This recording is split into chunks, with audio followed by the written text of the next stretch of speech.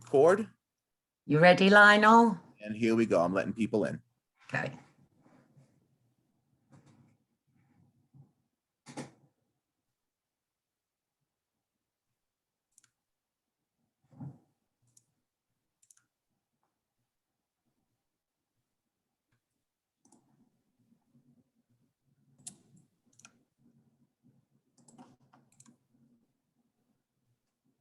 Hi, everybody. We're just going to give people a couple of minutes to log on and get settled in.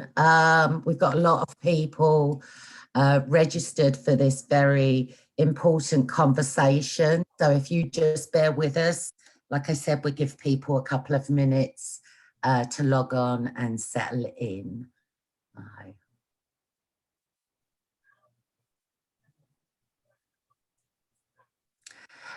This community conversation is being streamed live on Facebook. So I just want to give you a heads up about that.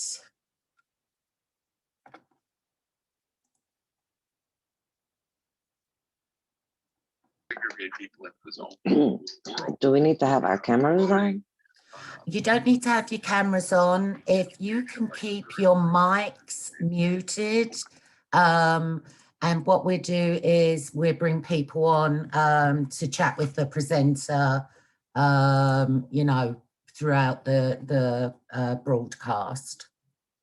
So I wanted to welcome you to this important conversation around the shared experience of grief and trauma in communities of colour. This conversation is sponsored by the Institute for Personal Growth, which we appreciate. My name's Helen French. I'm the Director of Development and Education at NASW New Jersey. And I'm here with my colleague, Jeff Feldman, and we'll be moderating this conversation as we go along. Just a bit of housekeeping. When you registered, you agreed to the Code of Conduct. Basically, we expect respectful behaviour to other attendees and to our presenters. And if you'd like to look at the Code of Conduct, it's available on our website on the events page. So we are thrilled to have Lionel Latouche here. He's our presenter. Lionel is an LCSW, works with the Equal Justice USA's From Trauma to Trust program, a Newark-based community initiative. He's also a therapist for IPG, and he's actually been touched personally by losing a loved one from police violence. So we're absolutely thrilled that he's here. He's very interested in creating a dialogue with you. So if you can indicate in the chat that you've got a question or comment, what we do is we will bring you on mic and camera if you like. And we're really looking forward to this. And I thank you so much, Lionel. We're just thrilled to have you. It's a pleasure to be here, y'all. Thank you for having me. So as Helen so eloquently said, I am a person that loves dialogue. I love interaction. I love smiles, high fives, gotchas, whatever feels good and organic to you. So if that's for you and you want to high five something that's being said, or if you want to throw something in the chat, whatever works for you, I want to encourage you to do that. I really want to create connection. In this time, right, creating connection is just so important. So any connection and any kind of collaboration and interaction that we can kind of foster here, I really want to encourage it. Again, my name is Lionel Latouche. I am a psychotherapist with the Institute for Personal Growth. Shout out to IPG. And I am also the senior project manager for From Trauma to Trust with Equal Justice USA. Equal Justice USA is an organization that helps to bridge the gap, and it's a restorative justice organization that helps to bridge the gap between restorative justice, social justice, community, the criminal justice system, and social healing.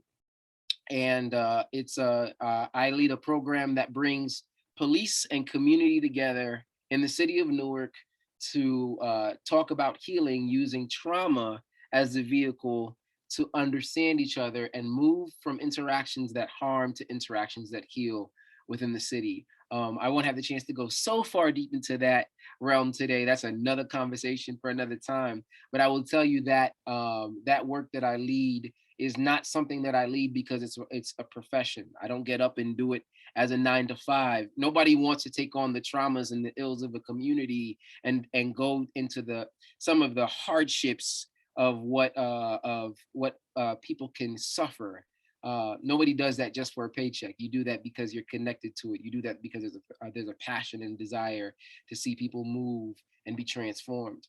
And that is definitely for me. As Helen said before, my family has been touched by police violence, unfortunately. And side note, let me say this as well. I've learned that in my time in therapy, one of the most transformative things that can happen, or the most transformative conduit in therapy, is not necessarily some sort of theory or some sort of intervention. It's myself and how I bringing my full self into like my sessions with clients, right? And I find that to be the connection that we have to be the most transformative aspect. So you'll find me being open and honest as we talk through, because I think it's when we rub shoulders that people heal and people are changed and transformed. So that being said, I lost my cousin to police violence, and it really changed the way that I looked at the world. It really created a prism, or shifted that prism for me, from seeing the world in one way to now being forced to see the world and society in a completely different way. And as we look at today's theme, understanding that common thread of grief and trauma in communities of color. Now, let's define communities of color this afternoon, right? Communities of color are anything that is not seen as dominant white culture in American society, all right? I just want to call that out. And today we might be using terms, or I might use terms or language. Know that language or terminology has no subjectivity or feeling behind it. We're using it just properly as identifiers, right? So when I use the word white, I'm using the word white as an identifier and nothing more, nothing less. But as we identify people of color, it's also important for us to understand that the experiences of people of color, while sometimes the same, are also different, depending on how they identify and what their ethnicity is. For example, someone who is Black American in America, right?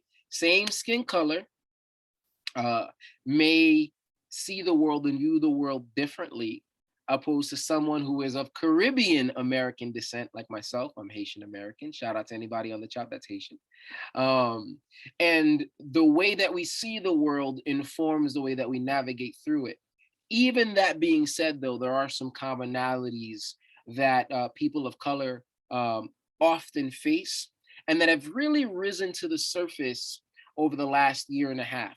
As we approach the anniversary of George Floyd, and we pass the anniversary, I believe, of Ahmaud Arbery, a lot of eyes began to be opened, right? A lot of people began to really notice what was happening in our country, or for the first time, the conversation of race, the conversation of racial inequality, the conversation of oppression really came, systemic racism, systemic violence, implicit bias, has really risen to the surface, not just for a few people or for regions, but for the entire nation. And there were a couple of things that were brewing that and kind of created this perfect storm, so to speak, for this conversation to emerge. I don't think it's by chance. I think I'm one to believe that everything happens for a reason. And I don't think that what occurred over the last year and a half was by chance. I think that things happened because there were a certain set of circumstances that allowed for people's eyes and ears to be open for the first time. And as we get into that, I want to first jump into what 2020 was like for a lot of people, right? If you've taken a look at 2020, I don't know about y'all, but especially for me as a Black man, 2020 started off rough.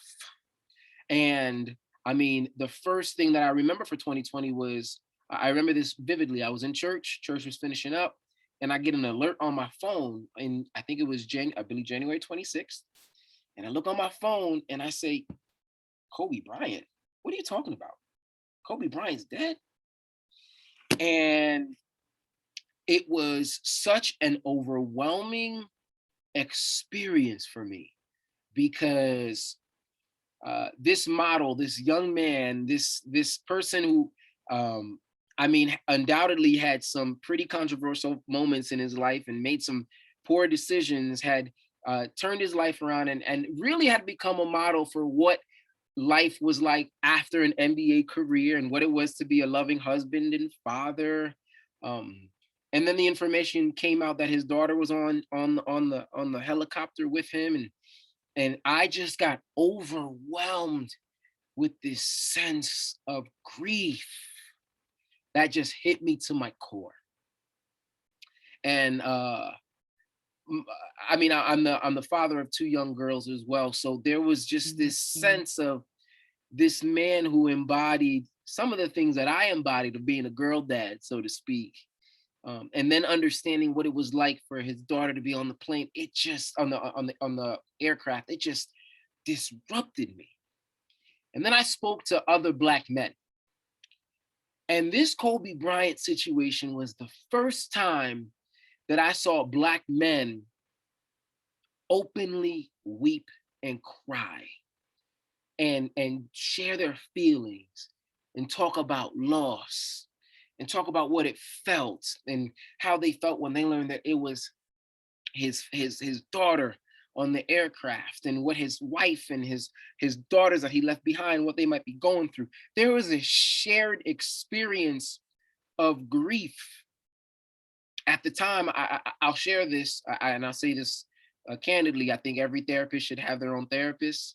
I was seeing my therapist at the time. I had gotten the news and I walked into his office, and all of a sudden it just came time. It was a time where we just connected, because there was this shared understanding that this man who represented, who was a figure for us, was no longer with us, and the pain and the trauma that was connected to that. And then we fast forward into 2020, and by the time we get to March, things begin to really unravel. And the first thing that everybody talks about is the coronavirus, and how the coronavirus really hit us and impacted us, and how everybody was full of fear and of and worry, and I mean, you locked yourself in your home. If you were like me, you would go to the grocery store and you were wiping down the groceries with Clorox or whatever it was, right? There was this deep sense of anxiety and worry and fear, and I will say collective trauma that settled on the entire world. And it's interesting, right? Because I think for a moment, it almost felt like we were all on the same playing field. And then the further we got into the pandemic, more news came out, and you realized we're not on the same playing field, right? And then information came out that Blacks and Latinos, or the Latinx population, were being disproportionately impacted by COVID-19 in comparison to their white counterparts. And I don't know about y'all, but for me, I was just like, man, really? Like, sheesh. It was one thing for all of us to be dealing with the same level of worry, like we don't know what this thing is. It was another thing for Black and brown folks or people of color to now be worrying. Not only is there this thing out there, but there's this thing out there that seems to be impacting us more disproportionately than our white counterparts. And when we put that into context, we understand, and the information started to come out. We understand why, right? There's some understanding as to why people of color were impacted so disproportionately, whether it was because of historically, people of color, unfortunately, were more found in situations where they were of a lower socioeconomic status. And we know that socioeconomic status has direct negative outcomes towards health, towards education, towards access to resources. Those of a socioeconomic status can't get the help that they sometimes need. And this was a big thing that we dealt with many inner cities as far as care, even outside of COVID. So with COVID on top of that, it was like a double whammy. And then also just understanding historically that there were a set of conditions, both of systemic and cultural conditions, that led to people of color having more negative health, being of a lesser health or less favorable health in comparison to their white counterparts. And that was also really difficult to deal with, because now as a person of color, I'm dealing with the fact that I got to deal with this. And now I'm worried about my auntie and them, who my aunt got diabetes, my grandma got diabetes, my this, my that. Well, my parents make it out. All these health things that we know that our communities are more impacted by, we're worried about that because that makes us a bigger target to this unseen enemy of COVID-19. And the hard part is we've always known that we've been at a disadvantage. But to see it so in our face because of COVID hit us in a different way. And to make matters worse, right, as we walk through this situation, not only are we impacted by the trauma, the collective trauma of COVID, but now we take a look at the landscape of our society and we're still being impacted by violence. Now, let me say violence in two areas. We have community violence, that happens community member on community member, and then we have institutional or state level violence, that happens from institutions in power, i.e. government, i.e. police institutions, towards people of color. And that really had this weird compounding effect on the psyche collectively of Black and brown people or people of color. I remember meeting with some folks and being like, if it's not enough that we have to worry about this, and whatever word that you want to throw in there, blank pandemic, now we still have to be worrying about whether we're safe on the street or safe in our own homes as a result of violence in our communities or violence, institutional violence that may be occurring. And there was this compounding effect of this heaviness that sat upon people of color at this time. I don't know about you, but I know about for myself, there was this overwhelming grief that I felt when I learned about Ahmaud Arbery and I learned about George Floyd. Ahmaud Arbery really hit me because I'm a runner. I love to go outside and go for a quick 2.5, 3 mile run. And to know that he was out on a jog and the situation occurred as it did was just really traumatizing for me. And it took me back to the experience of Philando Castile as well, where I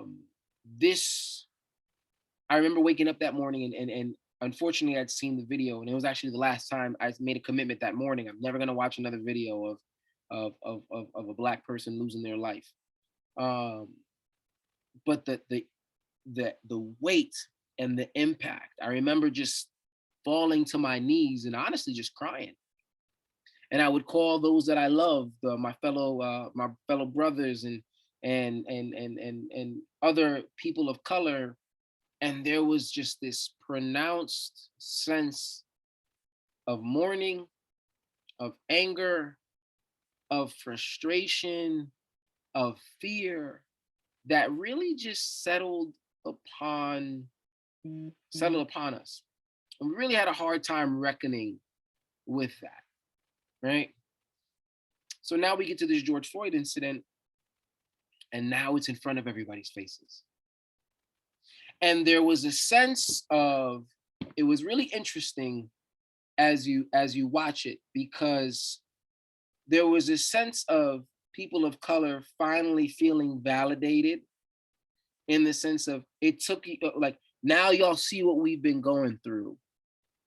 And then equally feeling outraged and frustrated because it shouldn't have gotten to this point where we watched this man, his life being taken out of him for over close to 9 minutes. It shouldn't have taken that video for people to begin to stand up and cry out on behalf of Black people and people of color in our country. And so we're dealing with this issue of, right? You have this issue of the virus that's happening at one point. And then you have this issue of racism and violence that's continuing to happen despite the fact that we're all supposed to be home indoors. And Black people are dealing, and people of color are dealing with the firsthand collective trauma of worrying about their loved ones because of a pandemic. And also that vicarious secondhand trauma, right? Of seeing someone who looks like them, of hearing the stories, of hearing the narratives, and having to deal with that simultaneously. Now, it's interesting because clinicians of color experience another layer of this that's really, really hard for us to grapple with. So we have the unique experience of having to be a person and navigate through our own human feelings of seeing the pandemic, understanding the pandemic, seeing systems violence or community violence, having to deal with those feelings of it and having the visceral response to all of that, and then putting on our clinician outfit, sitting in front of our camera, or sitting in our office, whatever you have the luxury of doing, and having to speak with clients about their own fears of the pandemic and their own fears of community or state violence, all while navigating our stuff on our own. I don't know how many of you on here are clinicians of color or actively practicing. I will tell you, during this time of the pandemic, I have never had so many clients of color, specifically Black and brown men, call for therapy as they have now. Because there has been such an outcry, a desire for Black and brown people, specifically I think Black and brown men at this point, to have a place to be able to speak and vent and be heard and be seen and share. And they've needed someone who looks like them to be able to connect with them and have an understanding and say, do you understand what I go through, right? And this brings me to another point of this, right? There's it's kind of the social psychology of communities of color, and I'll say specifically for Black communities. I'm speaking myself as a Caribbean American, again, backdrop, I'm a Haitian American, so I carry my culture. You can't see this right here, but right on the right of me, there's a big old Haitian flag. That's how proud I am. And I'm in my office by myself. But the psychology of Black and other POC communities is something that I want to touch on. And I think it's important for us to understand, especially during the pandemic. So Western culture is very individualized, right? Especially American culture, right? Like the general American culture is you think for yourself, you do for yourself, you care for yourself, you fight for yourself, you thrive for yourself. That's pretty much what it is, right? There's a very I-centered, and by I, it can be you and your immediate primary support group, right? Maybe it's your family, maybe it's your loved ones, maybe those in your household, but primarily you're worried about you and yourself. Many of us come from different cultures where it's very different, right? It's very communal. I'll use that word, right? Where Black American, African, Caribbean, Latin American, Asian countries come from these environments where, yes, the individual is important, but being in community with other people is equally as important, right? If you come from any of these backgrounds, you know that your family, like sometimes to a fault, sometimes drawing the line between yourself and your family, even extended family or neighbors, or sometimes that gets really hard because we all feel so close and tight knit. And while sometimes it can be hard to navigate through, it's one of the strengths, I believe, of these communities. It's one of the things that has really carried people through. And in fact, it's rooted ancestrally, right? These are norms, these are values, these are traditions, these are customs that are carried on generation upon generation. And even though being in Western society has changed that a little bit, some of the root fundamentals of that still exist in a lot of our culture. And you see it in so many things that we do, right? So many people that I know have cut off, a lot of people, so fairness to everyone, but a lot of people that I know have cut off weddings, and they're like, I will wait till the pandemic is over because I have 400 family members that I gotta invite to this wedding, and I need for everybody to be there, right? How important are the cookouts for people? I remember when they said that you can meet outdoors and meeting outdoors is safe. The amount of cookouts people went to last year was endless, right? Because we do our things in communities, baby showers. A big one for the pandemic was funerals. Think about how more ethnic or racial communities mourn, right? If you ever been to, I've seen the difference in certain funerals, and in at least in my culture, a funeral or the circumstances around a funeral is a shared grieving moment for the entire community, right? I've never seen a small wake in my community. I've never seen a small funeral. There's no such thing as a private burial. Everybody comes out. And think about what it was to lose. Unfortunately, my family, we lost 2 members of our family due to the pandemic. Think about what it was like to not be able to have funerals or have limits and not mourn and not grieve, right? So you have this trauma that you've lost a loved one due to the pandemic or for any reason, compounded by the fact of there's a lack of closure because what you may have needed during this time, you can't experience. And that felt like it was taken away for a lot of people of color. What I will say is what I love the most, and specifically in the Black community, but I think in many people, communities of color, is the emergence of mental health. And I think that emergence of mental health has really come up during this time. As I said, I've seen this movement from people of color, specifically Black and brown men and Black and brown women, begin to break down that archetype, right? The archetype of I'm strong enough. I'm just gonna put my head down, right? I'm gonna be a strong Black man, or I'm gonna be a strong Black woman, or I'm gonna be a strong, whatever culture you come from, woman. And we've seen people begin to allow themselves to feel. We see people begin to allow themselves to recognize that trauma. We see people begin to allow themselves to insert themselves in community where their experiences are validated, where they're told, you know, your fear about your family, I have that same fear about my family. To walk through what it was like about their anxiety, right? For so long, especially Black men, right? You get this notion for Black men, if you have fear or anxiety, it's, yo, toughen up. Stop being a baby. Be a man about it.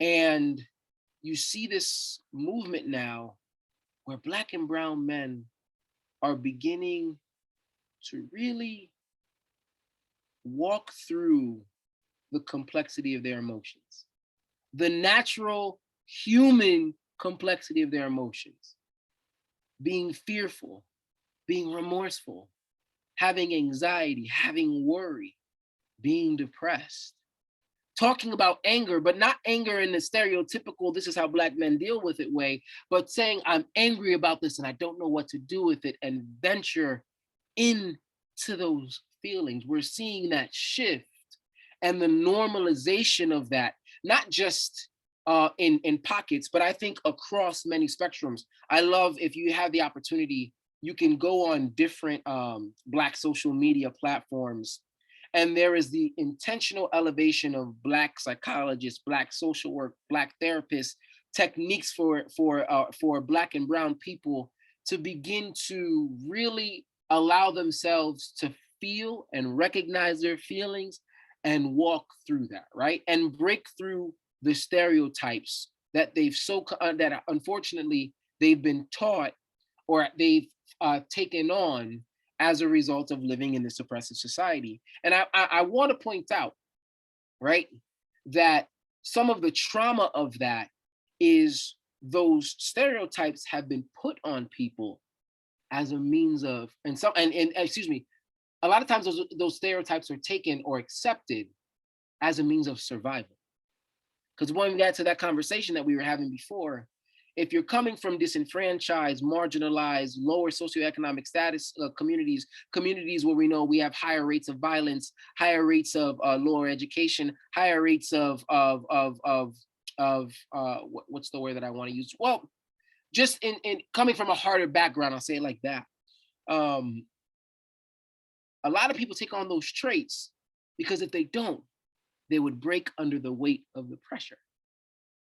And now being given the permission to talk about those feelings and recognize those feelings and see those feelings has been freeing and liberating for them. And now for clinicians, it also becomes an important place for clinicians, right? Because for both, I'll say this, there aren't enough Black and brown clinicians to go around, right? There just aren't. And if you've looked for therapy for yourself, if you're a person of color, trying to find someone that can maybe understand you and meet your need has been very, very difficult. But I think it's been a growing point, not only for those looking for therapy, but for those that are also offering therapy. And not just for Black and brown clinicians, but also white clinicians that recognize that there's a community that needs to be supported and is looking for services. How do I adequately give them services? How do I adequately, in a cultural, competent way, give services to someone who's willing to sit with me as a white clinician without layering on, because it happens, layering on that trauma unbeknownst to me because I don't know. And it's been, there's been so many different opportunities now, whether it's clinicians stepping into fields where even the world of psychology has been constructed, and it fits, unfortunately, the world of mental health rather, historically has fit really for the white male client. So how as a clinician, do I step into a place where I can now begin to understand, recognize, and work with people of color, not based off of what I think I know, but based off of what they need sitting across from me? And that has been something that I think has definitely shifted. You're finding more now people, those both white clinicians and clinicians of color are seeking out intentional, whether it's workshops or trainings or services, to be able to understand from the vantage point of a person of, all right, how do I adequately serve this person knowing that they're looking for services?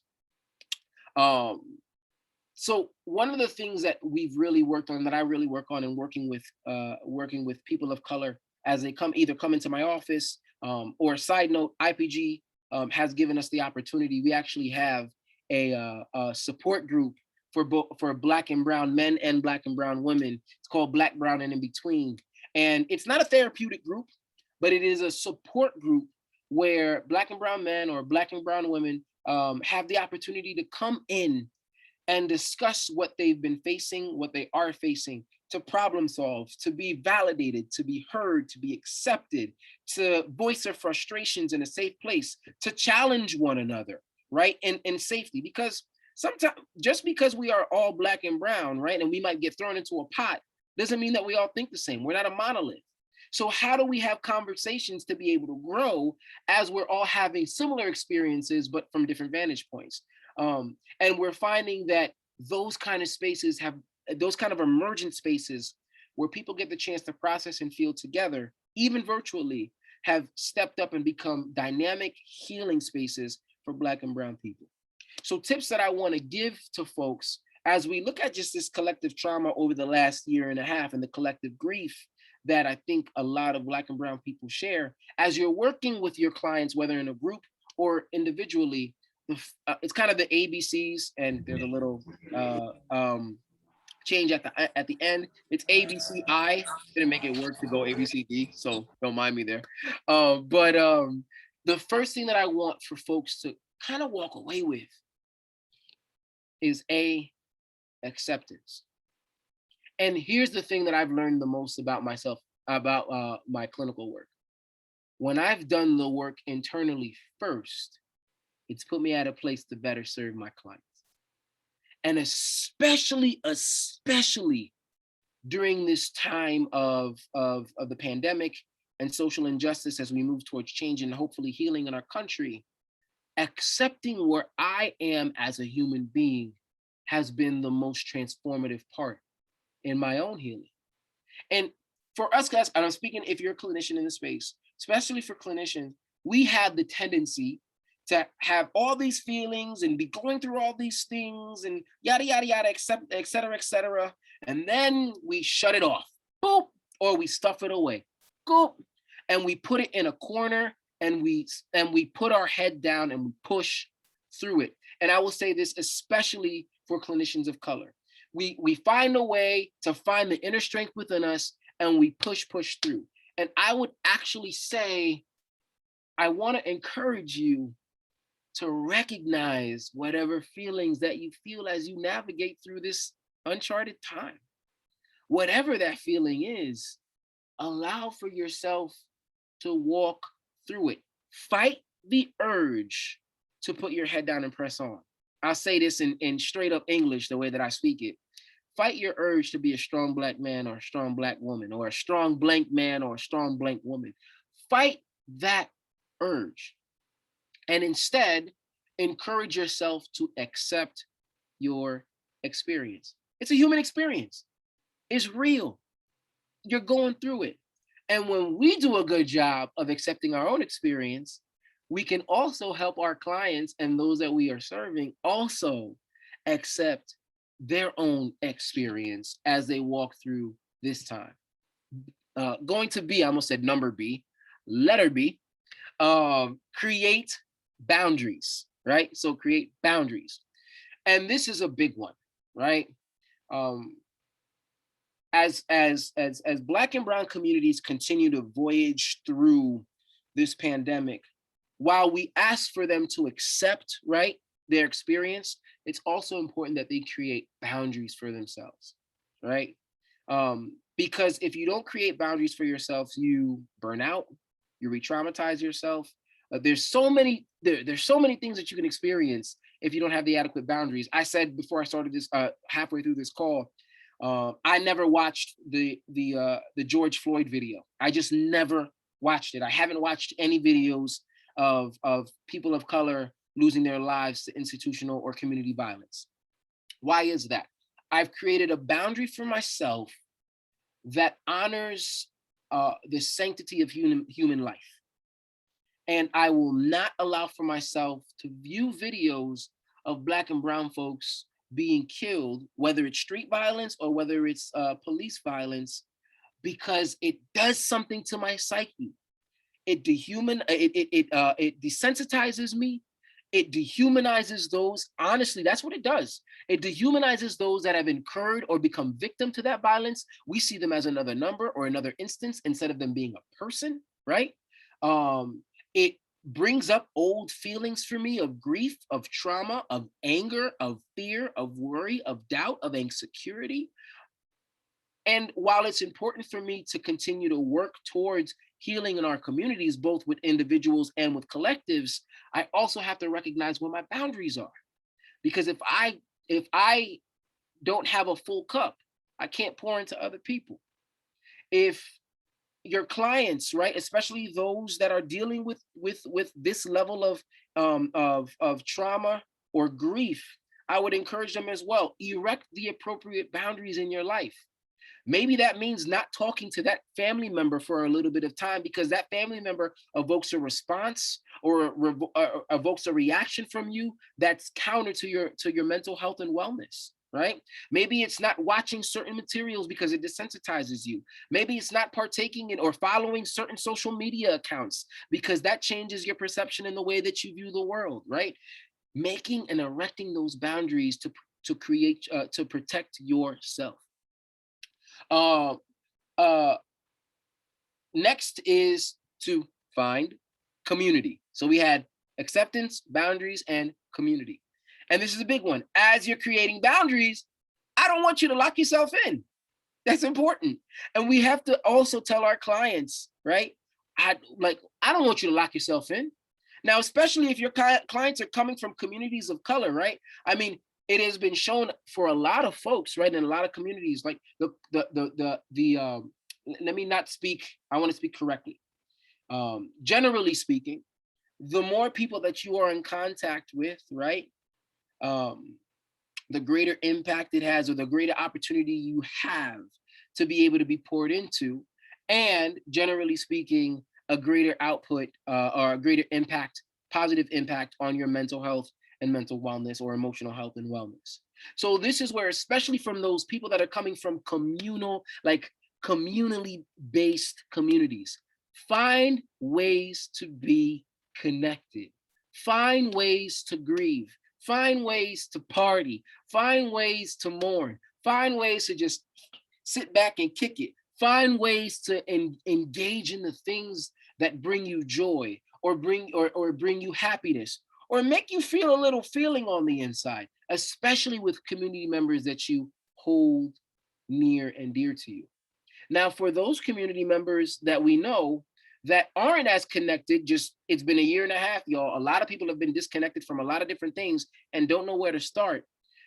I would say work with those people or those communities to find other things that they can begin, or entities that they can begin to attach themselves to, so that they can be seen, be heard, and be validated, because there is value in us being seen, being heard, and validated by those that we love, or by other people that look and are like us. There's an African proverb that loosely says, I see you and you see me. And that proverb isn't saying, I see you with the blue shirt, or I see you with the yellow bun in your hair. No. It means I see your personhood. I'm able to see you for who you are and what you bring to the table. And you see me for the exact same thing. And finally, I want to, and this is where the I comes in, invest. Y'all, invest in your holistic wellness. Now, I said this a little bit earlier. Lionel, what do you mean by wellness, right? Now, I'm not talking about safety. I'm talking about wellness.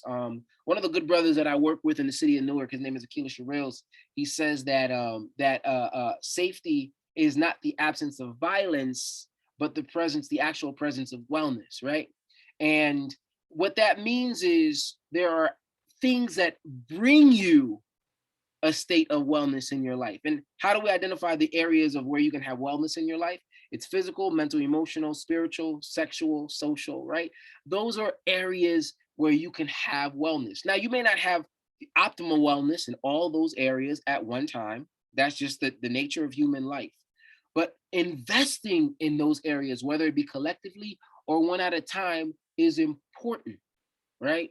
Finding ways to invest in your physical wellness. It may be hard, but sometimes I just go outside and I step outside and I remember last week I stepped outside and I just looked up at the stars and I was just thinking, I go into this place of thinking about my life and my family, my ancestors, and just the vastness of the universe. And there's an overwhelming sense of gratitude that came on to me, right? But I step outside and I'm taking in a fresh breath of oxygen and letting that go, and I'm breathing and I'm taking in the sights and sounds and of being in the outdoors, and that did something to my, immediately I felt my stress level go down, right?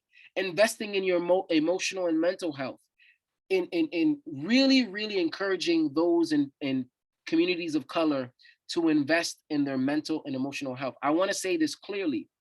A lot of times, whether it's due to family dynamics, cultural dynamics, or societal dynamics, people of color come from a background where sharing about their emotions or their thoughts is a sign of weakness. It is our job as those in the field to begin to break that down and construct a new thought of actually saying, when you share and when you are allow yourself to be in touch with your emotions and feelings and you share what your thoughts are, it's not actually weakness, it's a sign of strength, it's a sign of vulnerability, showing that vulnerability is the actual sign of strength, and not what people see, but how we carry and what we do with ourselves. That's the real sign of strength. Spirituality, allow for people to connect to whatever spiritual practice or house of worship, whatever you do. That's really important, and especially for people of color, as they continue to navigate through this time. A lot of them have spiritual or ancestral practices that they really gravitate towards.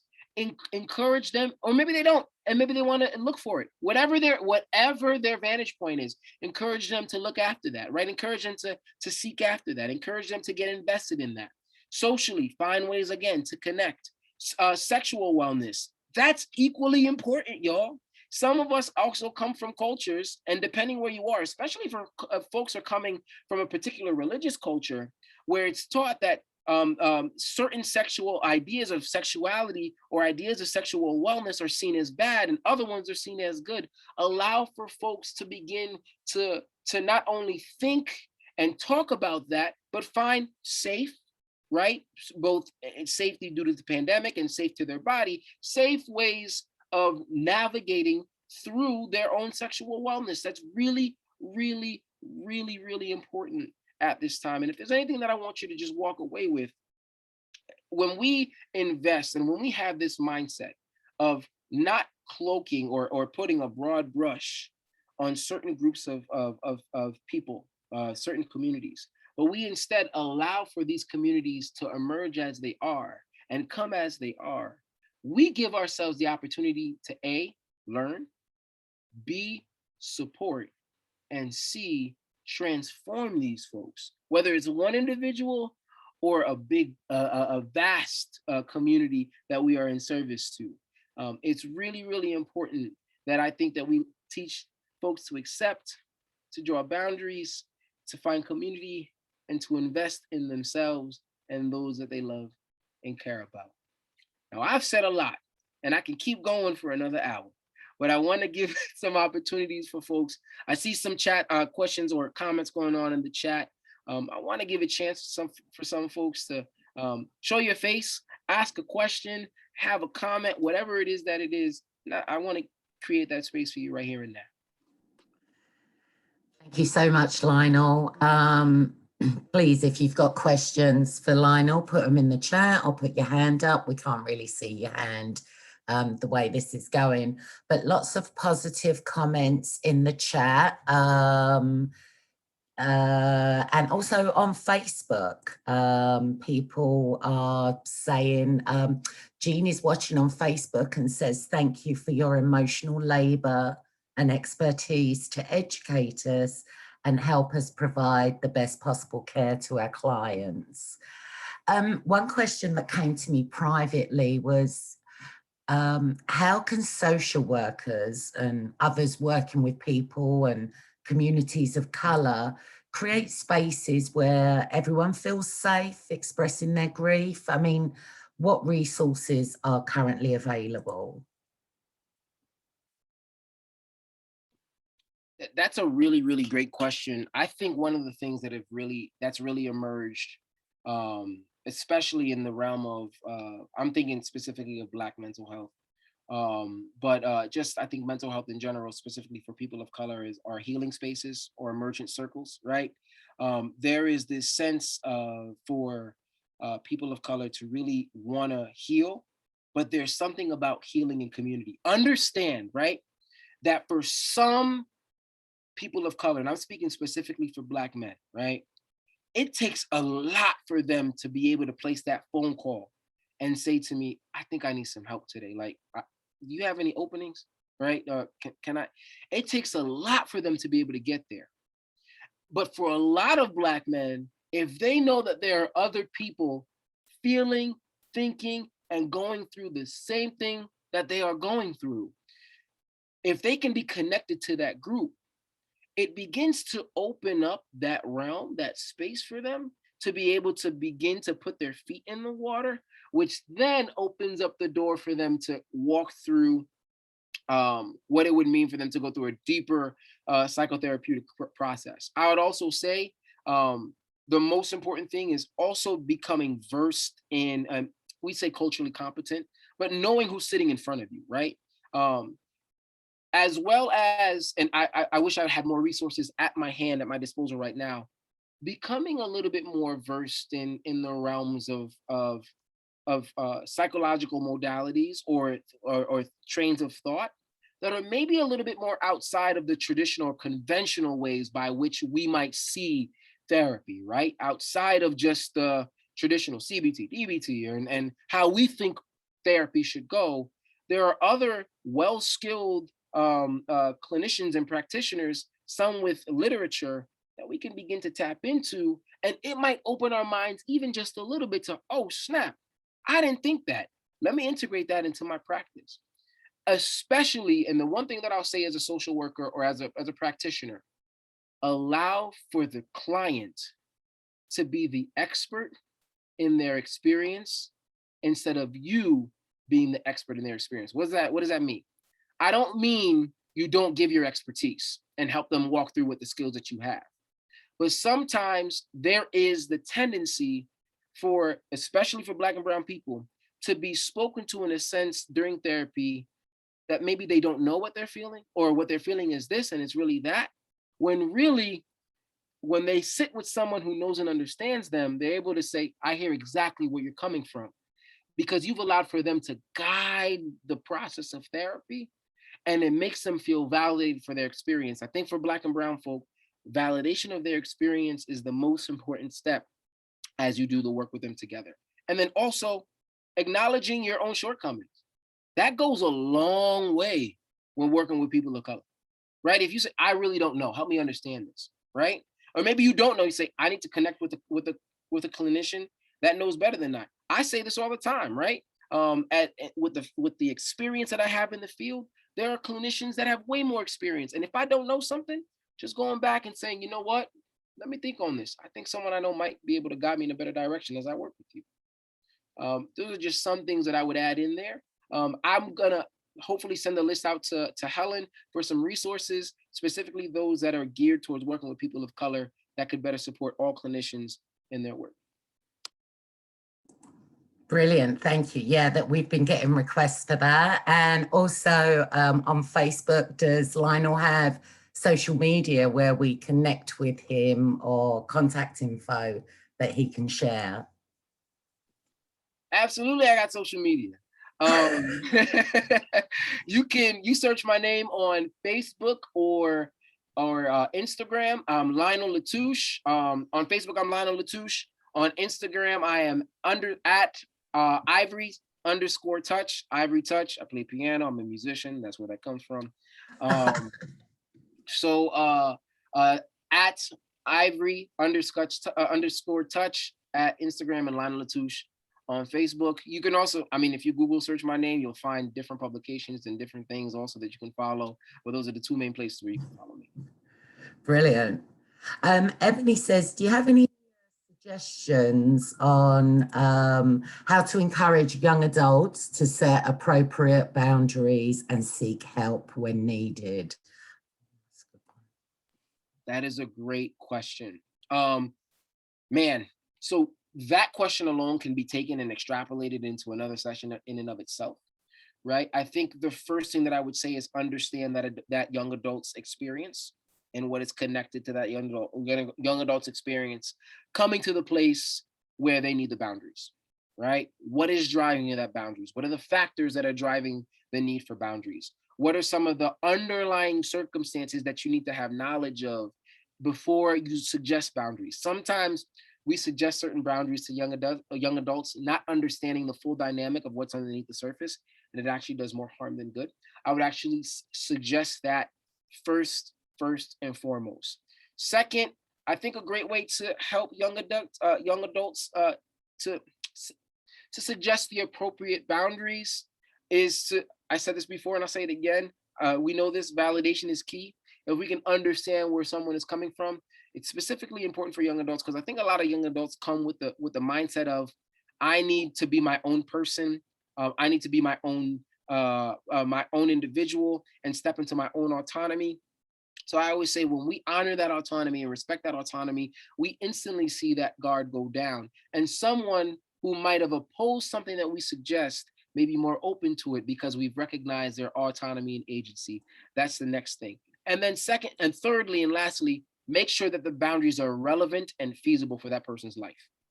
Sometimes we would suggest boundaries that are relevant and feasible for us as clinicians, or I consider myself a young person. But let me tell you, as a millennial, certain things that I would suggest to Gen Z, they would look at me like I have 9 heads and say, you're crazy, right? So making sure that those boundaries are relevant, feasible, and practical and sustainable for the person that you're suggesting it to. Those are the 3 steps that I'd offer right now.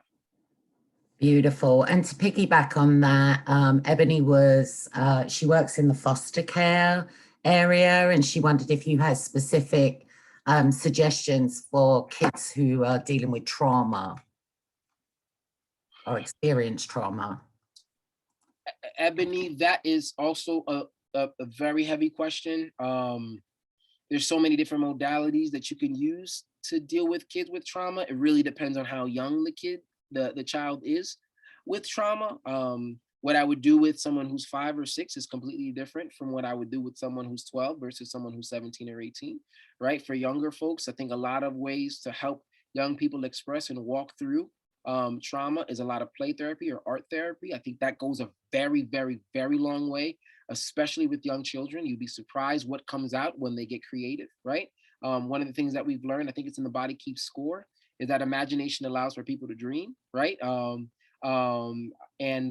safety allows for people to dream. So if you're establishing a sense of safety with your clients, i.e. your young people, it gives them the chance to imagine and draw, and that's where art comes out, and things actually come out at that time. I think with like 12 and 18-year-olds, it really depends. The first thing that I would say is make sure that therapeutic relationship was there. There's no way in working through trauma with a young person if there isn't trust between you and that person. I know trauma-focused CBT is a very popular one for dealing with trauma with young people. It's also very sensitive. I can't give a blanket answer because let me say this correctly, no child is the same. But I think there are certain things and certain steps that can be taken depending on what demographic that child falls on. And to be added, depending, even race and sexual orientation play a big role in how I might address certain things of a traumatic nature with children. Wow, excellent answer. We have time for one more question very quickly. My name's Sarah. I just graduated from Kane University with her MSW. She's wondering if you have any advice for new social workers coming into the field. First advice I want to say is, I'll say this for me, it's a blast. Don't let anything that you might have heard in school or from other social workers in the field that have been here for a long time, don't let them tell you any different. It is a blast. That's the first. B, be open-minded to learning. The thing that really stuck out the most to me as a clinician in the field is that I learned a lot from my clients in walking through versus what I learned from school. Walking with my clients in a year taught me more than I learned in the some odd years that I did my master's and bachelor's work. And then C, take those continuing education courses seriously. Some of the most profound knowledge that I've gotten in this work has not only been from my studies, but taking those CEU courses, and some of them really rock your world, and you're like, hey, I didn't realize that this was going to be really beneficial for me. Take those seriously, and utilize those skills and utilize what you learn in those classes. Brilliant. Lionel, this is great. The comments that are coming into the chat are thank Lionel. When can we hear him next? So you've got a bit of a fan club coming up, and people are looking for any resources that you'd like to share with them. So we can talk offline about that. Thank you so much for coming here and talking about this very difficult subject with so much empathy and specific skills. We really appreciate you, Lionel. We appreciate your time, and we appreciate the audience. I'd love to thank everybody for coming, and have a great weekend.